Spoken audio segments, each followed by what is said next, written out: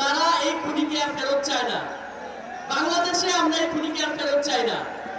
আমরা অনেক জায়গা থেকে শুনতে পারি যে আওয়ামী লীগ ফেরত আসবে কিনা এটা আওয়ামী লীগের সিদ্ধান্ত, আওয়ামী লীগ ফেরত আসবে কিনা সেটা এই বাংলাদেশের রাজনৈতিক দলগুলোর সিদ্ধান্ত।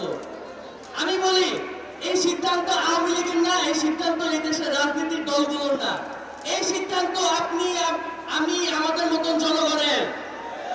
এই সিদ্ধান্ত যে শহীদ মা তার ছেলেকে হারিয়েছে সেই মায়ের।